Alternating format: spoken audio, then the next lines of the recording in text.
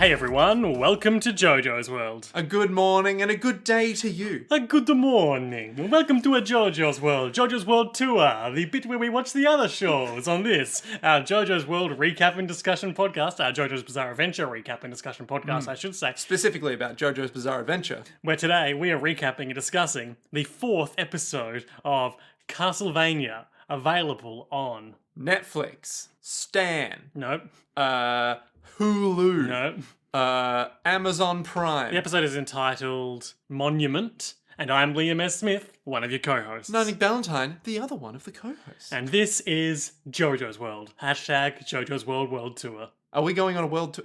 Liam, can we go on a world tour? Because we can't. We weren't gonna talk about the whole situation, but travel restrictions are in place. God damn it. I would genuinely love one day to do a world tour where we go to like all the different little cities and be like, hi everyone. And there's like one guy there who's like, hi, I own the establishment. We'll be like, yep. Yeah, you do. Yeah. And let me tell you about how good it is. They'll be like, oh, a compliment. I would love that. So, Nick. Yes. Castlevania. What's that? It's a little show about a little game called Castlevania. About a young man called Johnny Castlevania. Otherwise known as Dracula. He's a lawyer. He needs to solve the big case. He's Castlevania. He's... Castlevania, you're out of line. No, Your Honor, because look. Bleed.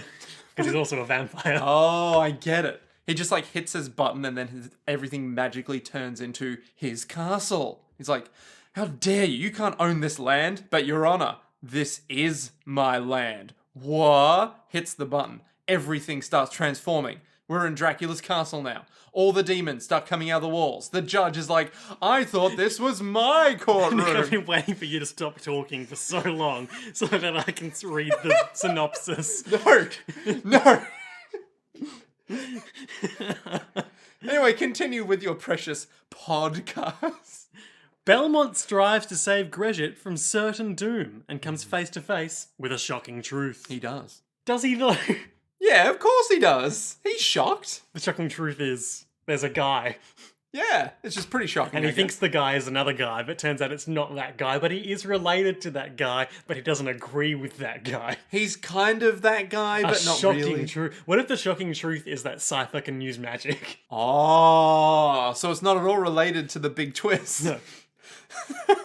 It's like he just gets to the bottom and he's like, Sypha, I didn't know that you could use magic. And she's like, yeah, I told you in the first time we met. It's like, oh, I wasn't listening.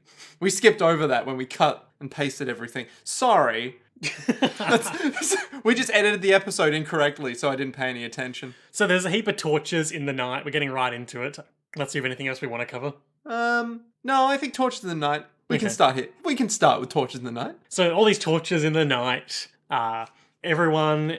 Like, there's this really, like, awkwardly lingering shot of everyone rushing past the big church. It lasts for, like, 10 seconds. Yes. There's so much to take in, though. There's just a church, and then there's some torches. And some angry villagers like, witchcraft! Ah! Yeah, witch!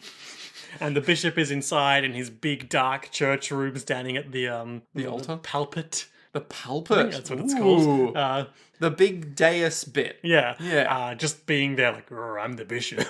He's looking down ominously like someone from fucking Liar Game and being like, yes. What's Liar Game? Liar Game is a manga about... I'm not interested. It's about people who are forced Liars, to and they have to play a game. Yep. And that game... Mario Party 8. You're not far off. Basically, it's just a bunch of, like, game theory, the manga. And it's really good. Like Kaiji. Yes, except way more math. Is it better than Kaiji? In ways, yes. Nick, I was surprised you didn't put Kaiji in your March Madness bracket. Well, here's the thing about that, is that if we were gonna watch Kaiji, it would take us, like, literal months to get through a single game. We could have just done the boat arc, though. Yeah, but the boat arc isn't the best bit. Boat arc rules, though. Yeah, That's when I stopped watching. Yeah, but the best bit is just having the narrator be like, Kaiji. So there's this guy. Kaiji. His name's Kaiji. He's got a big nose. He's got a lot of debt, but it's not his fault. Everyone has a big nose in that show. And he gets sucked into this boat, and the boat is like, you've got to do card game rock paper scissors, and if you can get rid of all your cards, you get to bring us the girl and wipe away your debt. And Kaiji's all like, I'm in. And then he's in and he loses a lot. And then he gets sent to Ultimate Loser Hell. But then he escapes Ultimate Loser Hell. And then Kaiji, why, he doesn't get his debt wiped away at all. They're all like, oh, that was a lie. And he's like, what? A lie? I don't want it to be a lie. And like, well, guess what, punk? It was a lie. And that's it. That's the whole show. Kaiji's like, no, I guess I am the ultimate loser. Oh my god. That fucking ultimate loser just keeps happening throughout the entire show, where it's like, could Kaiji win? No, he lost again. What a loser. And you're like, yeah, he really is the ultimate loser. God, I love that show. The Liar Game is like that, except a lot more like, but you see, the probability of this happening is 1 in 3,000. The probability. Oh no. Everyone's like a friggin' C-3PO. The odds of this happening are 776 billion to 1. I wish that was a joke, but it's really true. There's literally an entire like chapter where they're just sitting there being like, but hang on, the odds of that happening are 1 in 26. But you haven't thought it through. 1 in 26 or 1 in 72. What? Consider this simple diagram I've drawn. And it's like, in round 1, this happens. And then in round 2, this happens. And it's just a whole bunch of like really well drawn out diagrams of things happening. Where do they get the time to draw that? Yeah, literally that. Considering it's like, you have 6 minutes to discuss and you're reading it and it takes you like 20 minutes to read it. He's like, when did he draw this? Like, what? Yes. And you say this is good. I do. As a man who loves math. So the bishop is in there being real smug. And he's all like... And we're seeing, like, the back of his head with the huge church doorway, like, in the far distance, but we can't really make it out. But we do see from the crack of light and the huge banging of the church doors that it opens and closes, but the church is enshrouded in darkness. Darkness. What And could he's it like, mean? Who's that? Are the speakers dead? And then, like, a clear, like, doom voice is like, no, But I'm here. well, no, he's like, the voice is like, no. And then the bishop is like, well, get back out there and do it. I mean, to be fair, it almost sounds human. If Almost, but not. If, you were 30 feet tall and had smoked a pack of cigarettes every day since you were 2 months old.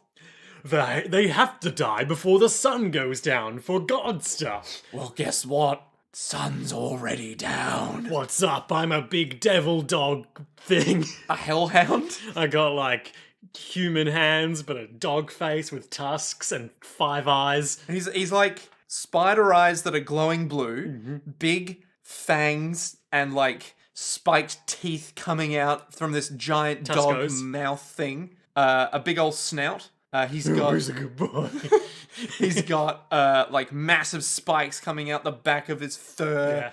Yeah. If I had to rate his challenge ranking in a sort of numerical fashion, I would say he is physically equivalent to 30 to 50 feral hogs. What the hell is a feral hog? Did that meme miss you by? Yeah. This came by, like, it was some asshole, like, trying to, like, come up with some big checkmate in American gun control debate. Yeah. Being like, well, if I have to get rid of my automatic rifle, how am I going to keep my kids safe from the 30 to 50 feral hogs that try to swarm them when they go outside?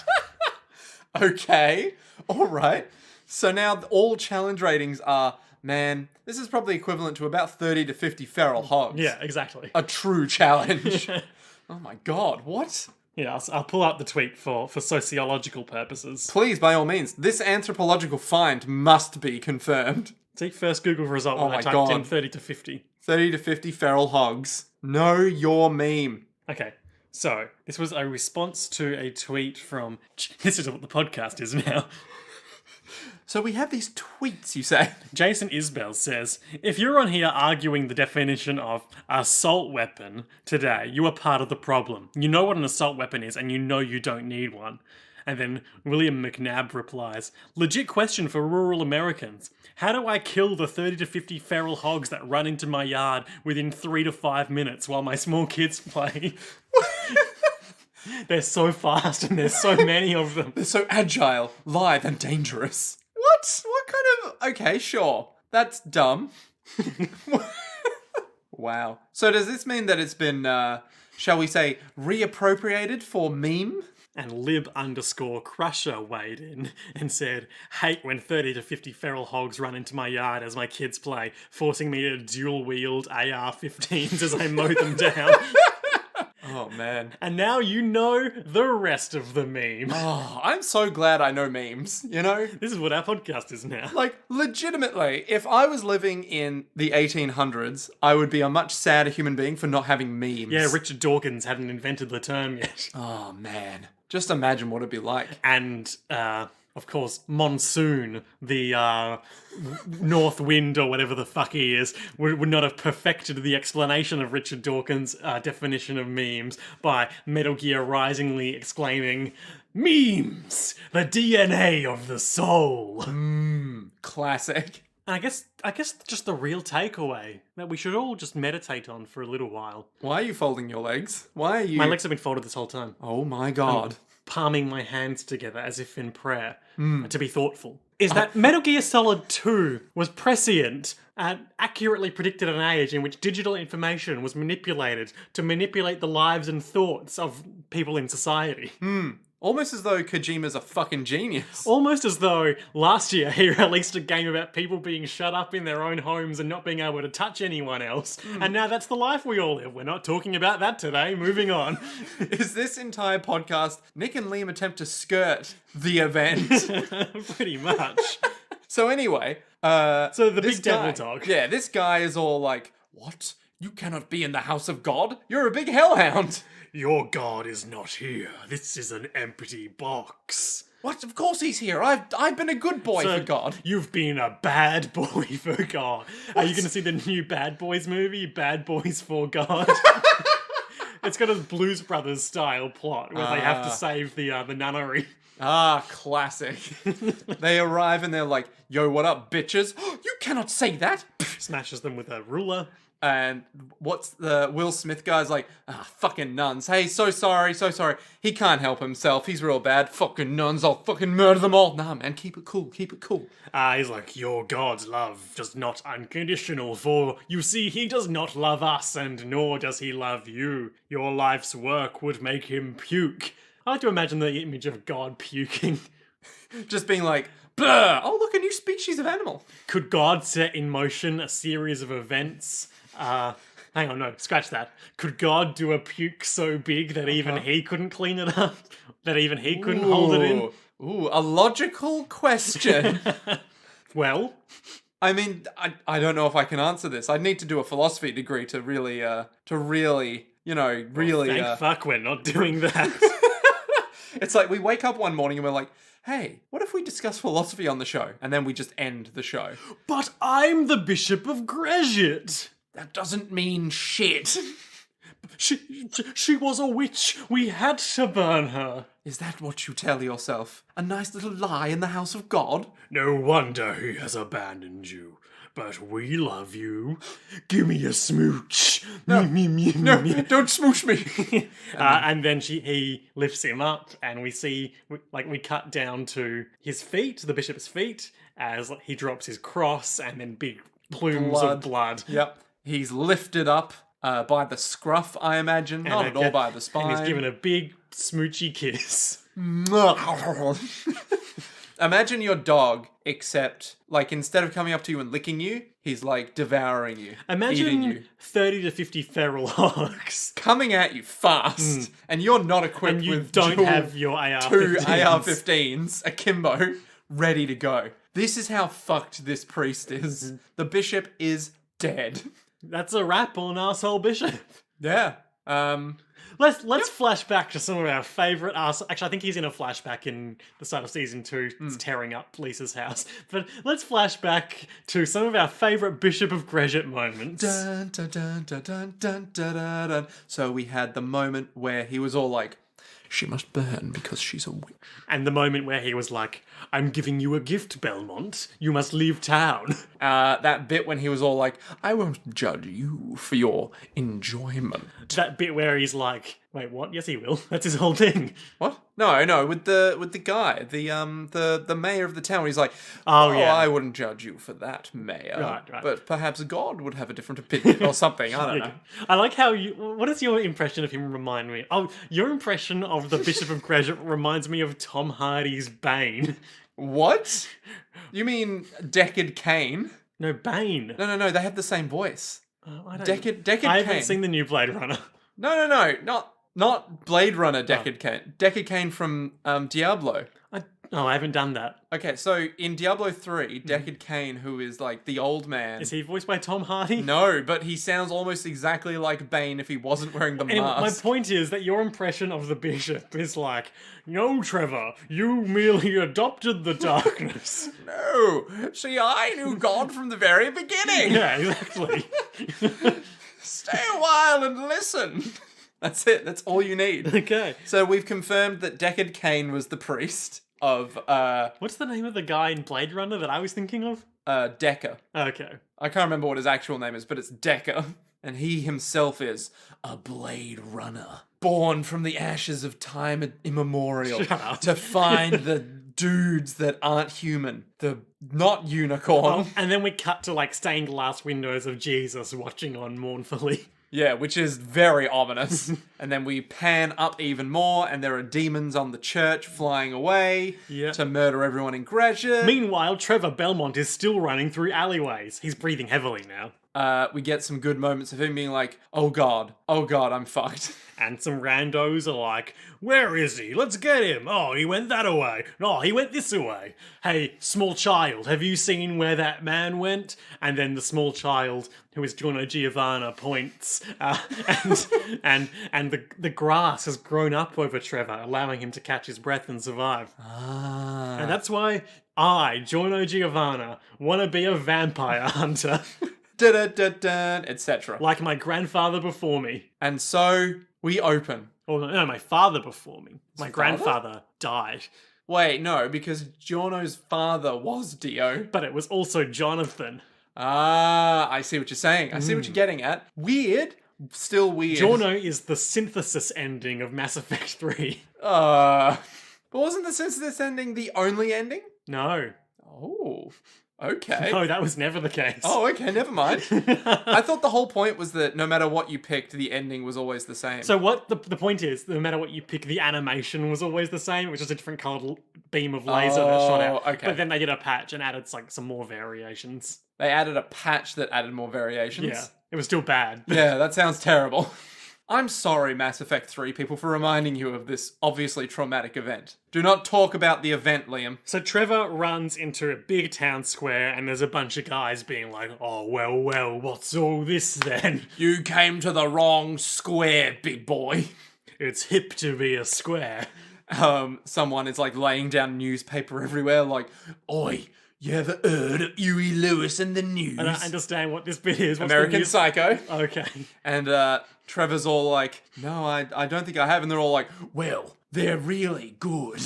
And then they pull out an axe and they do a little jaunt and then they go behind Trevor and Trevor's all like, am I drunk right now? And they're like, I don't know. This reference has gotten out of hand. Yeah, I think we're losing the reins on this one. All the dudes are going to advance on Trevor, but then a big line of fire runs across the ground. And they're Fire? like, oh, fire bad. But that can't be happening. The fire should only be on their torches. That's Trevor where it can't- lives. Trevor In the can't torches make- and the fireplaces. And also What? coming out of the mouths of those demon dogs over there. But this is bad. Trevor's not a demon dog. He's a normal man. And then it makes a perfect ring around Trevor. And Sypha is over there on the roof doing like, Sick magic bullshit she like things. makes like a gun shape with her fingers. twin AR-15 motions. And she's like doing Magic what's, shit. What's the thing that people do in the park? hand gestures. The thing people do in the park? Oh, Tai Chi. Yeah, he's like doing Tai Chi motions. I get you. Except magic. Yeah. Magic Tai Chi. And she's all like, yo, I can do magic. And Trevor's all like, you didn't tell me you could do magic. What The hell, man? You didn't ask. And then everyone just groans and it's like, don't give us that shit. They're all like, she's a witch. And Sypha's like, no, I am a scholar of magic, and I serve no demon and do no evil. Anyway, ice blast. And then blasts literally everyone in the town square. With ice. And then once they have all recovered from that, the circle of flames has like turned into like a keyhole shape, giving a pathway for Trevor Belmont to walk away. It's sort of like a circle with a little corridor. So he's walking away, and then he stops, and he's like, you, that arsehole other priest, the one that I haven't killed yet. Hey, come here. I want to fuck with you. Yeah. So this priest is all like, hey, come on, everyone. Let's kill him together. And Trevor's like, no, not together. Just you and me, mate.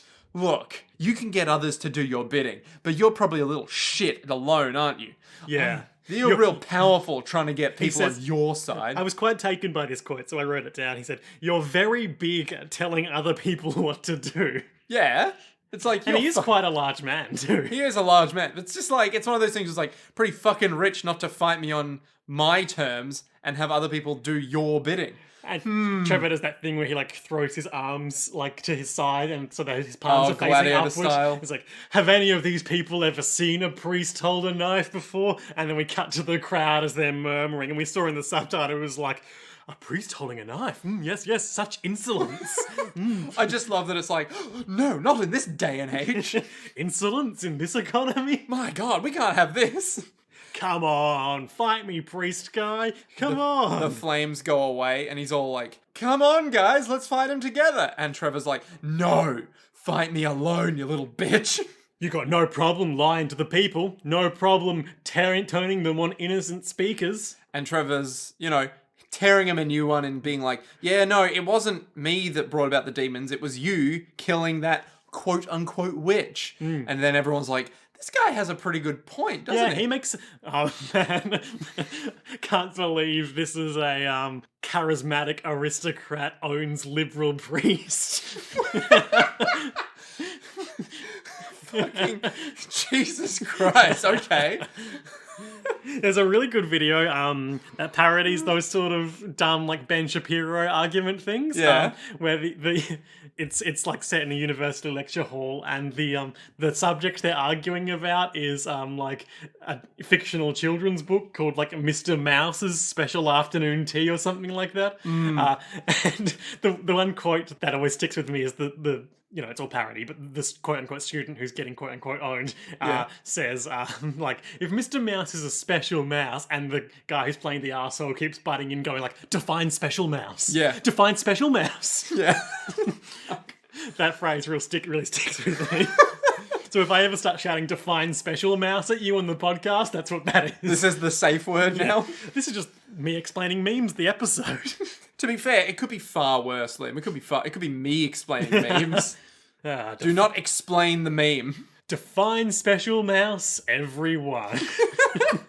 So, priest guy's all like sweating intensely as this fucking asshole noble has just come in and he's totally cucked him in front of all the villagers. He's just like, I'm feeling really pressured right now to do something, but I don't know what to do.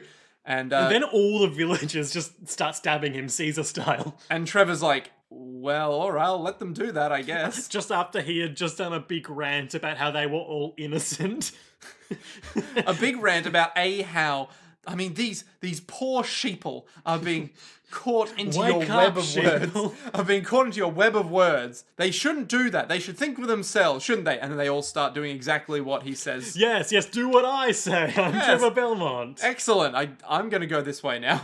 I recently finished Assassin's Creed Origins, the ancient Egypt one. Yeah. And spoilers for that. But towards the end, you attend and participate in the famous stabbing of Julius Caesar on the Senate floor. Okay.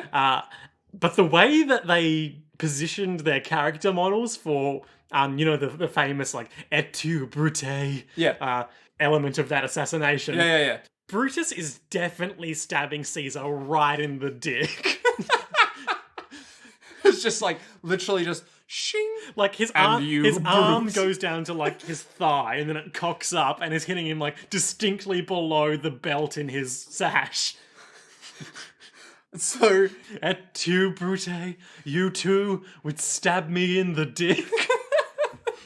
One of the greatest assassinations of ancient history, ladies and folks. kind of undercut by the silliness of modern A sensibilities. Modern A? Modern A. Modern A Oh, sensibilities. modern A. This one's getting out of hand. So they all kill the priest, and Trevor's like, my work here is done. Then the whole town explodes. And he's all like, fuck. Now, I really like this next sequence. This involves, like... Trevor leading the pack.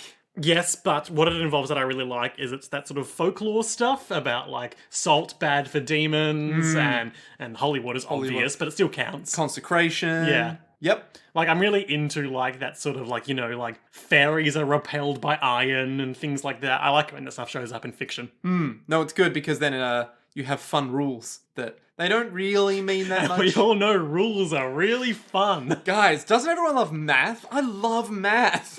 No, it's like a fun little thing where you can be like, oh, I feel like playing off this. Yeah, you know? yeah. Where if, like, in True Blood, vampires need blood, but they can also get it from fake blood, you know? It's like that. Okay. And then you can play off that where it's like, but what if real blood just tasted better? What if, you know, people like morally were like, but real blood's not morally right. But what if others were like, no, it's morally superior? And it's like, you can play off the nice fun things. So Trevor is like, all villagers go to the other side of the square, but not you. And then one guy's like, oh? Why me? As he holds a giant spear. Yeah. And he's All pikemen and long weapons need to get in 2 rows of 6 over here. and so they all do. Yeah. And hey, you look like a priest, and then it's like the nicest looking priest we've seen all show. He's so innocent and just looks scared. like a regular guy. But I'm sure mere minutes ago he was helping lead this lynch mob. It's like, I need a guy who is ordained in a church. You there? Go find some water. I got my celebrant's license online. Trevor just looks down. Jesus fucking Christ. That'll do. Make this water holy. Yeah. You know, holy water. So he says go get some water. You know what to do with it for the aspersion. And I feel like that's fine. But then later, they have to make it really explicit where he's like, I guess that priest could make holy water after all. Because at the time I'd be like, what the fuck is it? Is aspersion holy water? And then they're like, yes. It's like, oh, thank God. Thank God I was that dumb. Thank you. I was not that dumb. I had context clues. Ah. I really like this next bit they do. So they use the holy water, and then Sypha does her ice magic to make like holy walls of ice. Which is sick. Yeah. Also, Trevor's like, hey everyone, we need all the salt you can find. And then we cut to like a bunch of villagers just like slamming down rows of salt buckets. And I think the shot of Trevor shouting, I think I wrote down the quote exactly. You were very keen to turn this into a GIF. No, I just wrote down big salt. Well, okay. They put down all these salt buckets one by one, and you went, oh, this would be a good GIF. No, I think the thing with Trevor saying it is the better. Yeah. The better. Which we can't remember what he says. Yeah, but he's like, I need all the salt you have. Ah, yes, that'll do nicely. And like he grabs some of the salt and he like throws it. Yeah. Everyone wipe your blade with salt because it kills demons. Remember, tell your friends. Trevor Belmont demon killing course is available for reasonable rates. Excuse me, sir, how much is it available for? We'll talk about that in the morning. I've had some dried goat here. Ooh. It's all for you, lady. So they come and Sypha so like there's like 3 or 4 like of those standard like goblin demons, and then one possibly the same devil dog creature. I think it's either the same or it's the same offshoot of the thing that we saw before. The same genus. But it's like, it must be the same one, right? Because it talks again. Oh, it's the only one that can talk. Yeah. Like a talking dog. Yeah. And it's like, one of them walks up, it's like, I'm sorry, do you think the only ones that can talk are the ones with blue eyes? That's extremely discriminatory. So when they enter the square, Sypha walls them in with walls of ice, and one of them touches the wall and is like, ow. Ooh, Don't like that at all. Oh, freezing cold is actually burning hot for us. And Trevor's being like the captain here now, dog. And he is like, pikemen, 4 steps forward. And then in the same breath, he's like, Sypha, close the door behind them. And I thought he was telling her to lock the pikemen in with so the did demons. I. I was like, what? That's a bad idea. Oh. Even the first time I watched it, that's what I thought he meant. But no, the door on the other side closes. Right. And so now the only way out for the demons is through the pikemen. Yeah. Which I'm sure the pikemen are very excited about. Yeah, I'm sure they've just gone, we're locked in with them. And Trevor's like, no, they're locked in with you. It's Yep. like, no, we're locked in with them. One of these things could just shoot a fireball from its mouth and kill them all now, but it doesn't. True, it could. Yeah. Didn't think about that. The standard sort of routine here is that one of them tries to leap over the front row of pikes, so the second row of pikes raise them up on Trevor's command and impale it. Brutal. Good thing it couldn't use its wings to fly away. And then Trevor's all like, all right, now just Cut him down. cut him down. And So- all the other people with bladed weapons run in and start chopping it up. which is great because they're very eager. You got to appreciate the teamwork. Well, you know, when you're not being led by a power-hungry, corrupt priest, things go your way. Another good Sypha move. Trevor throws a bucket of holy water. She freezes it, then turns it into knives of ice. And this is the first example we're going to see of compared to the other two, I think Sypha really punches above her weight. Yes, magic is OP. Yeah. I don't know if you've noticed this, but magic even, is always OP. I feel like there's one particular cutscene fight scene that I remember from near the end of season 2, where they're all fighting these other vampires, and Trevor and Alucard are doing fine, but Sypha is just melting people and slicing them in half with ice, and It's just I'm telling you, magic is always OP in every piece of media ever made, except for ones with hard limits where it's a fighter can do this, and then the only reason the magician doesn't win is because, oh no, I can't do it in this very specific circumstance.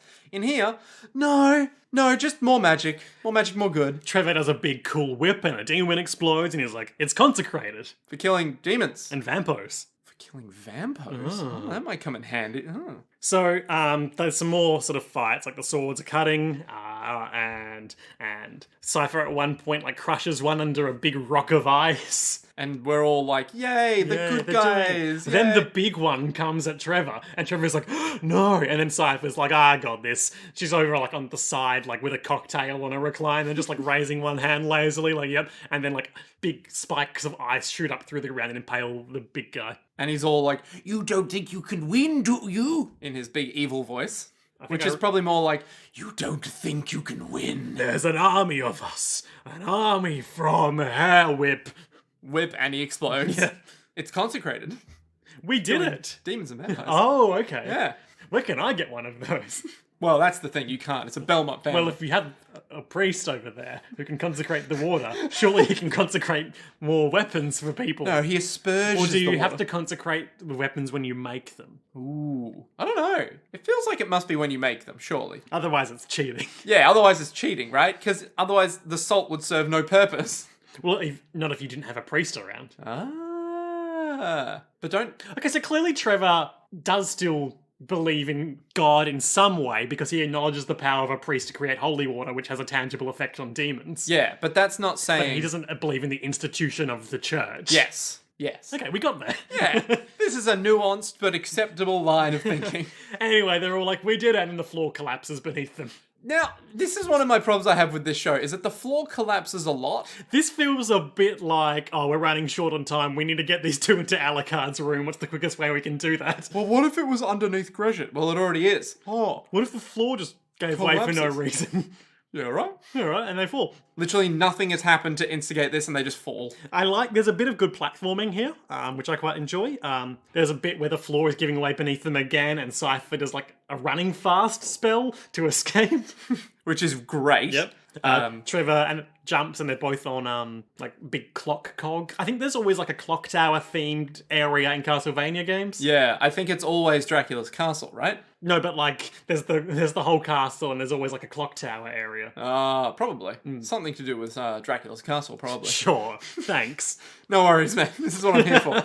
Hey, did you know that we're watching Castlevania right now? Oh. Yeah, which is to do with Dracula. It's like a Dracula's castle sort of show. There's also a bit where big clock pistons start closing around them and they have to run. Sypha's all like, oh fuck, and Trevor's all like, yep, I know what to do here. We run outwards. I was quite impressed by how they do this whole sequence without dialogue. Like, they sort of communicate all of their, like, various, like, oh, fucks, through just expressions and, like, annoyed grunts. Which is good. I always like it when shows can pull off stuff like that. Yeah. Yeah. They end up in, like, this, like, cage of iron beams, which then also collapses, and they fall down to the floor, through a big plume of dust, into even more floor, and then down into, like, a secret chamber.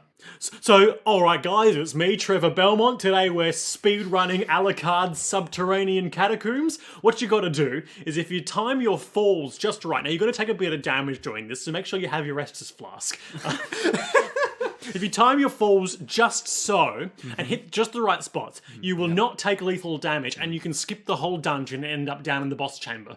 So what he's doing here is it's an advanced technique called the floor giving way, where if you just wait long enough, the floor will give way. Now, we are going to spend a minute in this iron cage waiting for the bars to wear out, so this could be a good moment to read some donations. Shout out to everyone that's been working on the tech for this game, like the floor giving way. That was found out by my favourite speedrunner, Floor Giveaway Dracula Face. Shout out to the speakers, we couldn't have gotten this far without them. And, real shout out to the church for creating holy water, Most valuable item in the game. Great. So, Excellent. We did it. They end up down, like, it's like a much more nicely appointed chamber. It looks almost sci-fi. It's like a sort of compared like to everything else. space-age church room. Like a Vampire Hunter D Yeah, room. very, very D.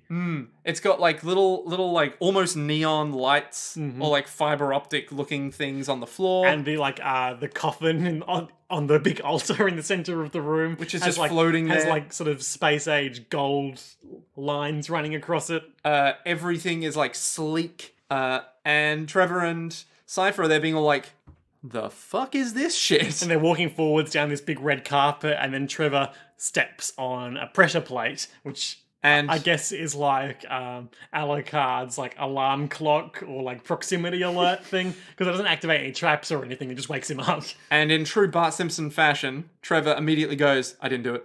It wasn't me. So all this gas starts spurting out of the coffin. What's that for? Just for a cool pneumatic coffin opening effect, I If you're assume. gonna be a vampire, you may as well go all in. Although, given how space age everything is, maybe his coffin is pressurized in case he goes into space with it. Ooh, maybe. That's a good point, actually. Can vampires survive the cold vacuum of space? Yes. Unclear.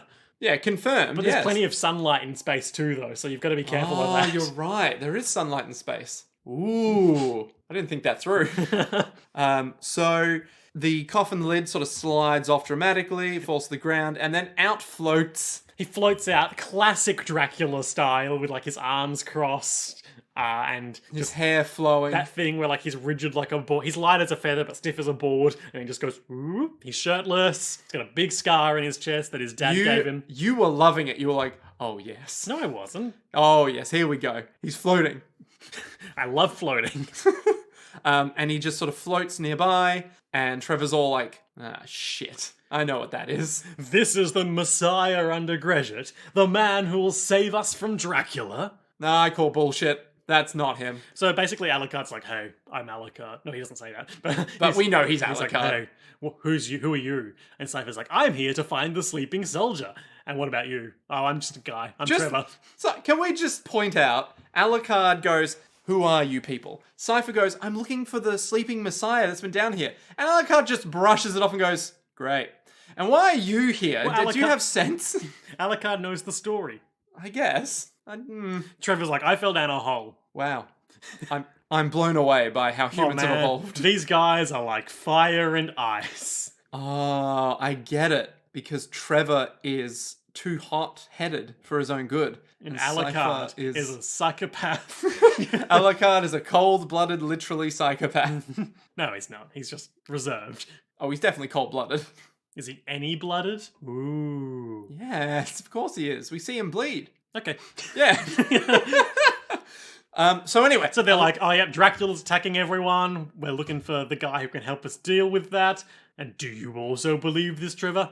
I mean, Dracula's attacking, that's true." Yes, but do you believe Trevor? "She called you Belmont. House of Belmont? Yeah, I'm Trevor Belmont, baby." And I know what you are. you're a vampire. A filthy, stinking vampire. I or fucking are you hate a vampires. damn dirty ape? And Alucard's all like, what you gonna do about it, punk? Well, Belmont, do you care about the people?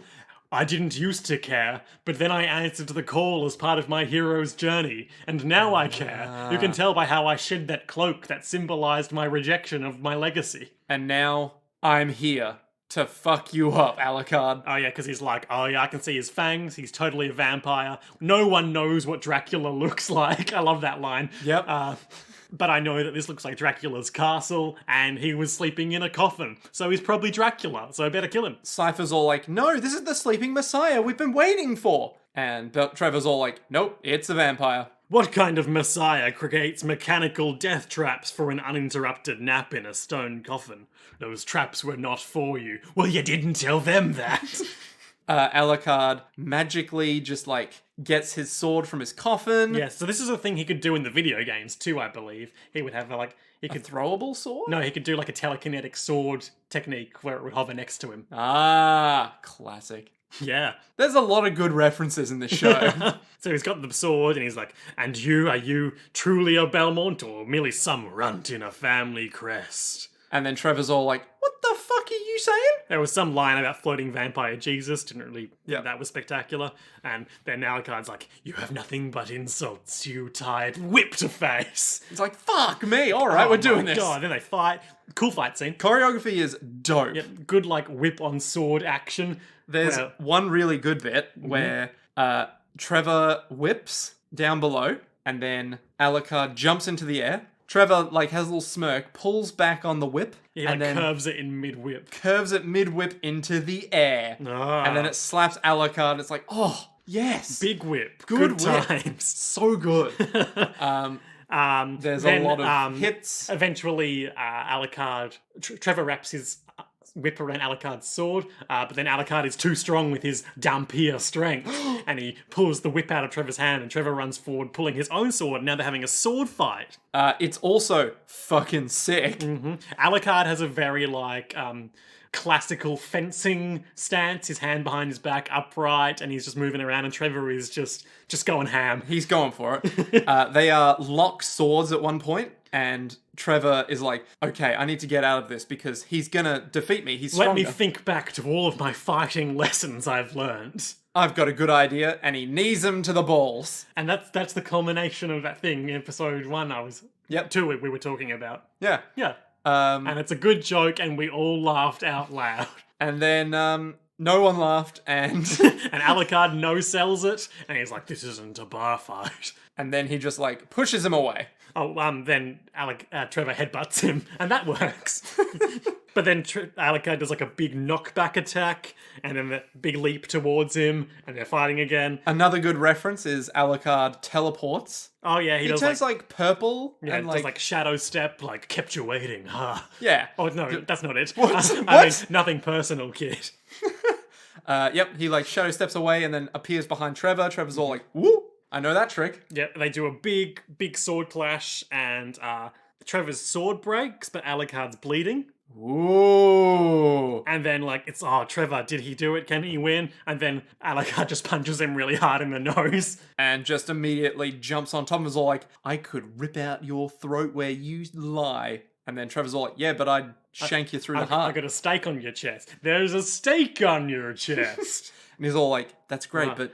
I guess we truly are perfect rivals because we both won. Well, no, neither of them has won. But they both agree, yeah, we could have won. Game recognized game. Sypha... And then Sypha is behind them with fire like, hey, I'll kill you, Alucard. Before you even manage to rip out his throat, I'll just fucking murder you. But I thought I was your special boy. So did I. And I. he saved my life, so that kind of trumps that. Look, his goals are mine, alright? I'm here to save humanity and help people out from Dracula. Really? Me too! I'm Adrian Tepish, but you can call me Alucard. He stands up from Trevor Belmont, all his wounds immediately heal, and Trevor's like, oh fuck. Oh, he could have just done that. Oh no. I mean, I don't think he could heal getting staked. Yeah, but That's that's how that works, you know? it's still just like one of those, shit, It's his wounds like, just healed. it's like in JoJo's Bizarre Adventure Part 3 Stardust Crusaders, where were it not for Dio Brando's vampiric healing powers, Jotaro would have won that fight 5 times over before he did. It's really all or nothing with the vampires, you know? You really kind of have to take off their head and put them in sunlight, or it's really for nothing, isn't it? Or stake them through the hut, Yeah. depending on the rules you're playing by. Yeah, it's good shit. Or whip them with your magical whip. Ah, it's But consecrated. it's got to be a good enough whip to whip them good. Yeah, for demons and To vampires. go forward. Yeah. To move ahead. Yeah. To try to detect it. Yeah. It's not too late. Yeah. Whip it. Yeah. Whip it good. You must whip it. Okay, so they all agree they're going to team up, and Alucard turns to Sypha and is like, I'm aware of your people's stories and how they believe that it's information from the future. Do you know the whole story? And then Sypha like gets big blushy and it's like, yeah? Yeah, of course I do. I know the whole story. I wonder what that's about. Oh. I don't actually know. Romance. Oh. But why? Why would they include that? I need a hunter and a scholar to help me save Wallachia. That's right, me, Alucard. It's my story now. I'm gonna be this guy. I'm the main character. We can save Wallachia, the world, and defeat my father. So tell me, Trevor, if I have a scholar with Sypha, what do you think you are? Oh, I'm the vampire hunter. That's still a hunter. But Alucard, Dracula is your dad. Why would you do this? Because it's what my mother would have wanted. And cut to shot of Trevor slowly picking his whip back up as Alucard says, we are all slaves to our family's wishes. Oh, symbolism. Sleeping slaves. Yep, they're all sleeping slaves. And Fate is a sleeping slave. Like me. Anyway, gotta go kill my dad now. There's a good shot. So they're all, Sypha and Alucard are on either side of the screen with Trevor in the middle. The other two facing us, and then Trevor facing away from us so that we can see the big Belmont crest on his back. And then he turns and they all walk towards the camera, and that's the end of Castlevania Season 1. And we were all like, that was good, but if that was the whole thing, not much really happened. Exactly. Yeah. It's pretty good. Tight good. narrative. Yeah. Is there any trivia for this yes. season? Well, I've been doing the episode by episode trivia as it's come up. Uh-huh. Alucard is played by James Callis, who you might know from Battlestar Galactica or Oh my god! Bridget Jones's Diary. It's what's-his-face? Who? It's the guy, the dude from Battlestar Galactica. You know who he looks like in this photo on the Castlevania wiki? He looks like Matt Berry's character from Garth Marenghi's Dark Place. Sure. I'm willing to believe that, yeah. Oh, I've shown you that. Yeah, show you've shown before. me, yeah. But that means he just looks like James. Same energy. That just means he looks like Matt Berry. So that guy, he's like one of the main characters in Battlestar Galactica, and he's a really fucking good actor. Okay. I never knew he was the voice of Alucard. There you go. Amazing. So tell me about Alucard. Okay, here are some notes on the conception and design of Alucard as he first appeared in Castlevania 3 for the Nintendo Entertainment System. Tell me more. Okay, so in his first appearance, he was designed by T. Fujimoto and Ai Arata, and then his later appearances were by Ayami Kojima, who sort of incorporated a Bishonen style of art, which is like a pretty boy archetype. Okay. Alucard is a man physically in his late teens with long blonde white hair. His most recurring garb is the one from Castlevania Symphony of the Night. Fitting with that game setting, Alucard wears 18th century style clothing. Black coloured jacket consisting of side seams. Oh god. Anyway, he's wearing 18th century clothing. He also has been known to wear a cape that resembles Bela Lugosi's. Who's Bela Lugosi? Well, he was a famous Dracula actor. Ah, nice. The weapon that Alucard usually is portrayed with is the Alucard sword, a family heirloom from his mother. I mean, look, I know it's a name, right? It's a name for his sword. But could you have picked something that wasn't just the most wanky name? Where it's like, what is the name of your sword? It is Sting. What's the name of your sword? Mine has no name. Wonderful. And what's yours, Alucard? Mine's the Alucard sword. All right, Alucard. Okay, that's... Jesus Christ. In Castlevania 3 Dracula's Curse, you have to defeat Alucard himself as a boss before he'll join you. And he has the powers of shooting balls of destruction. Yep, sounds legit. And he can transform into a bat, which consumes hearts. Ooh. And his sub-weapon is the stopwatch. The stopwatch. Slow down time or stop time. Right, okay. Then he was the main playable character in Symphony of the Night, which became one of the most influential Castlevania games of all time, in that it sort of made up the Vania portion of Metroidvania. Yep. and he's there, and he's Alucard, and he's like, "Oh, Richter Belmont went missing. Now I've got to go defeat Dracula." Well, off I go. And then I did.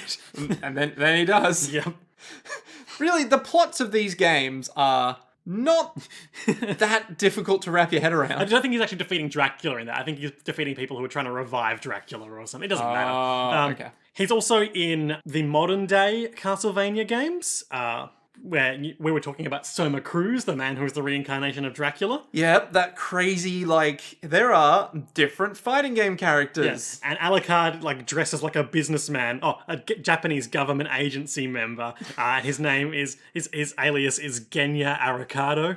Okay, what does that even mean? Genya Arikado. Alucard, it's Arikado, is clearly a Japanese, transposition of Alucard. And Genya is just a name, I assume. Like Adrian, but Genya. Sure. Oh, man.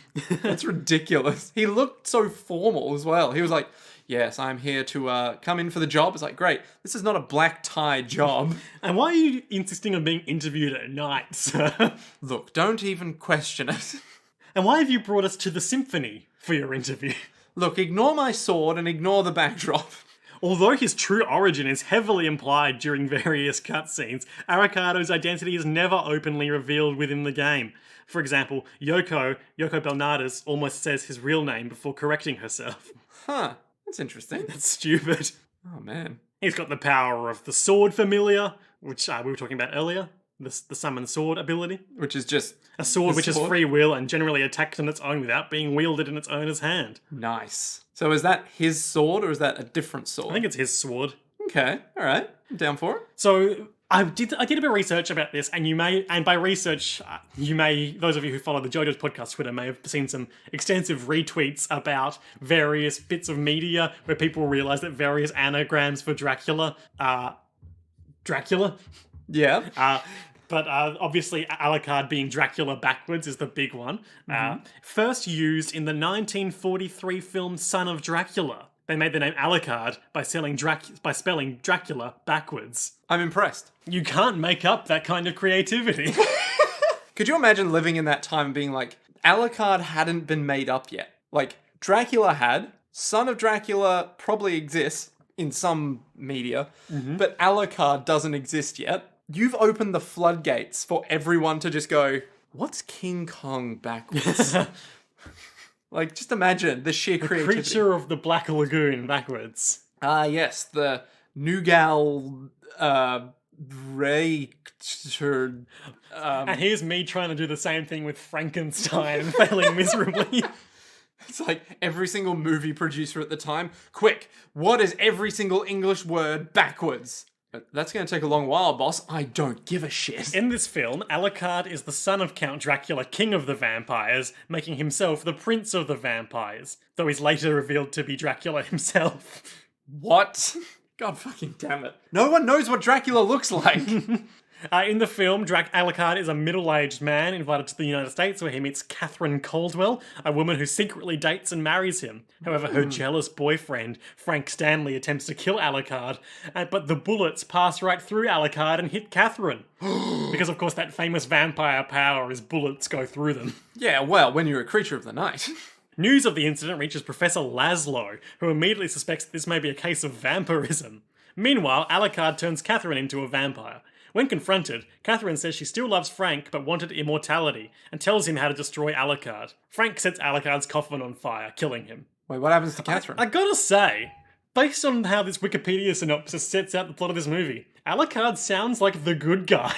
I mean... He just wanted to love this woman who was using him to get immortality. Then this arsehole tried to kill him, and, after a horrible accident where his wife died, he brought her back. Yeah. He's not doing anything wrong. I mean, I don't know. It depends on the rules of being brought back to life, right? She's already dead, though. I guess. At Frank's... And she's evidently still a vampire with an independent personality. Yeah, but if he wasn't a vampire, he would have been the one that died, and we would have been all good. Would have been a lovely love story. We wouldn't have to deal with all these horrible themes like vampires. Alucard also appears in the Helsing manga, where again he is just Dracula, but he is also Vlad Tepes in the literal sense. What, as in Vlad the Impaler? Yeah. Ah, there you go. Is that why in like the first episode of Hellsing Ultimate, he's like, God, I love putting heads on pikes? Probably. Yep. So we've got Alucard. He's with the team. He's up in the mix. He's a guy. He's got some magic powers. He's really gaunt. He's really beautiful. And he has a long, He's got a sort of streamy scar. alien dignity to him. And also, he doesn't wear a shirt and he wears tight leather pants. I just love when he put his coat on when they were like just leaving. I thought, is he not going to put a shirt He on? got dressed so quickly. Such an elaborate coat. Well, he's been doing it for hundreds of years, I assume. And he does have vampire super speed. That's true. Yep. So, Nick, highlights and lowlights for this episode. My highlight is going to have to be just the fight sequence between Trevor and Alucard. That's good Because content. it's just so fucking good. And like just that build up of them just trying to like one up one another, being like, yeah, but I'm a Belmont. Yeah, but I'm Alucard. Yeah, but I'm a Belmont. Yeah, but I'm Alucard. I got all these Belmont tricks. Oh, yeah, well, I got all these Dracula tricks. Exactly. And it's just good. It's just fun to watch. Your highlight? Actually, this episode does a really good job of establishing the sort of, credentials of each of our three protagonists and gives them each a moment to shine. It's that two of those people, it's that they're fighting each other. And Whereas Sypha is just killing all demons all the time. yeah, Sypha has magic powers. Yeah. Your highlight? My highlight is probably, as I praised it earlier in the episode, the Trevor leads the townsfolk against the demons sequence. Why do you like that bit so much? I think I explained earlier why I like it so much. Because holy water, pikes. Not what I said, but okay. I can't remember. It was so long ago. What's your low light though, Liam? Oh, good question. Good episode. I know what my low light is. Oh, please go on. Pretty easy to pick. The entire platforming bit after the Really? the fall. Just because as soon as they fall, it's like, really more falling. Just more falling. I think the fall itself is probably my low light, though once that's happened, I don't mind the platforming at all. Well, the platforming is so inconsequential because they just fall again. It's like, we could have just removed all of that and skipped right to the bit that we needed. Then they would have fallen to their deaths, though. Well, Sypha did use wind magic the first time, so they didn't That's fall true. to their That was a death. good bit. They were falling, and they didn't do it the second Trevor time. whipped Sypha and pulled her in, and then she used wind magic to cushion their blow. Exactly. So it's like, they could have just done that once. I mean, it was probably a bigger fall the first time, you know? Yeah. But we could just skip that entire section and it would have had nothing to do with anything So else. when you're doing the windfall safety technique, if you do it just in the right coordinates over here, you can actually skip the whole subsequent platforming section. Oh, shit. Yeah, that was a tech found by Big Man Cheese. Just a big shout out to Big Man Cheese. He's really been leading the Castlevania community. Big Man Cheese. What a guy. Love that guy. Of course, he did say some terrible stuff on his Twitch Yeah, stream. we don't the other talk night, about so him anymore, We yeah. are in the process of denouncing him. Yeah, but don't worry, we're slowly deleting his life one step at a time. We swatted him the other day. Oh, God. Nick, Yes. this brings us to the end of Season 1 of Castlevania. Yes. We will be continuing with Castlevania through to the end of Season 3. However, the new episodes of Thus Spoke Kishibe Rohan are officially out in Japan. Yes. So we will do those as soon as we can get subtitled versions of them. My hope is that we can do them next week, so that it'll be a nice season break for 1 and 2 of Castlevania. Yeah. But it's going to be dependent on the availability of those episodes. So stay tuned, listeners. If you're a fan subber listening to this right now, Give us that fast-tracked content, baby. just send it right through to us and be like, they're half right. There might be some subtitle bits missing, but the core is there. The most important ridiculous parts there will be like, good, we can work with this. Nick, I've seen a screen cap or two from one of the episodes. I'm not sure which, and I think it's going to make you pretty happy. Our listeners can't see me nodding, but I'm nodding so happy right now, because every time you've said that about JoJo's, I've been like, good. Good. This is good content. And until that time, to be continued.